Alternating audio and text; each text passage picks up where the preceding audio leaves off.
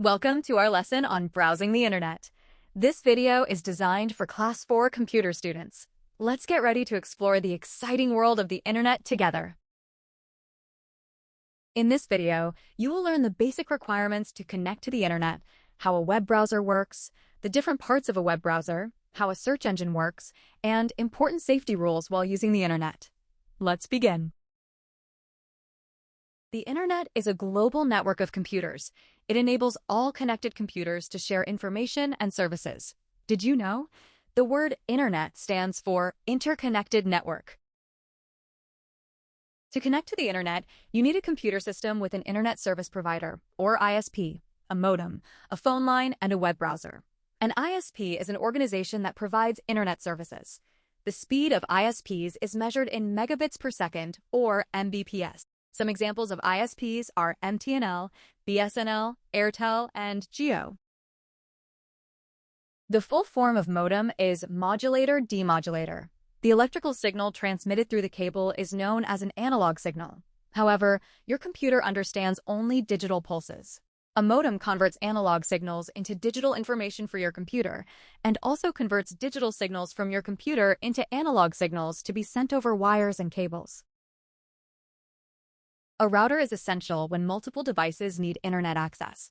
It shares the internet connection provided by the ISP, connects all devices through a Wi-Fi network, and allows devices to communicate with one another. Routers can be either wired or wireless. A web browser is software used to access the contents of web pages on the internet. Examples include Google Chrome, Firefox, Edge, Opera, and Mozilla. A browser can show text, images, videos, and news on a website. Internet Explorer is a pre-installed web browser that comes with the Windows operating system. Let's see how a web browser works. When you type a website address, also called a URL, the browser sends a request to a server. The server stores the website's files and sends them back to the browser. The browser then arranges these files to display the website on your screen. Web browsers have several navigation buttons.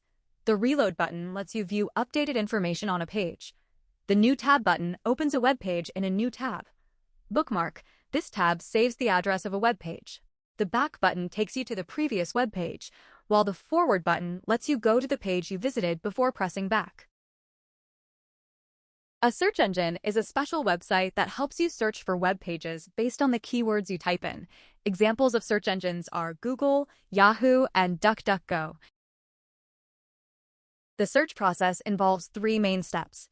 First is crawling, where a computer program called a spider explores web pages and collects information. Next is indexing, where another program stores the collected information in the search engine's library, making searches faster. Lastly, ranking finds and ranks the best matches for your keywords, showing the best matched websites first. Here are some important safety rules. Be careful about the websites you visit and the links you click. Never click on flashing or pop-up links, as they may install harmful programs that can steal your information. Only visit websites you are allowed to. Some websites may have unsuitable content. If you see something uncomfortable, inform your teachers, parents, or elders. Remember, not all information found on the internet is trustworthy. Let's learn the full forms of some common internet terms. HTML stands for Hypertext Markup Language. URL is Uniform Resource Locator. ISP is Internet Service Provider. www means World Wide Web. HTTP is Hypertext Transfer Protocol. URI is Uniform Resource Identifier.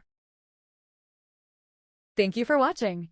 Please like and share this video, and don't forget to subscribe to the channel to learn more about computers and technology.